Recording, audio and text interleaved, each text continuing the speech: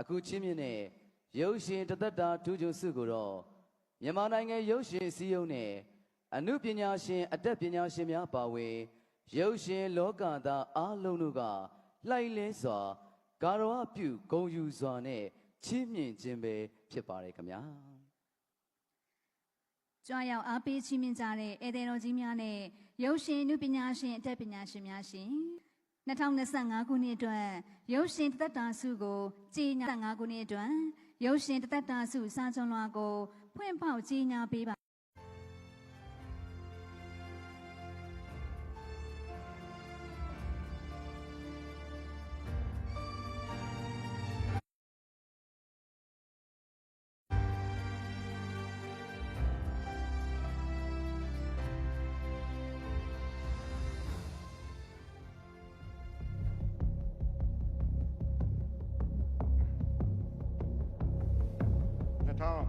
2026ခုနှစ်အတွက်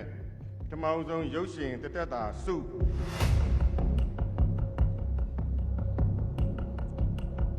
ဦးထေးအောင်ဖြစ်ပါတယ်ခင်ဗျာ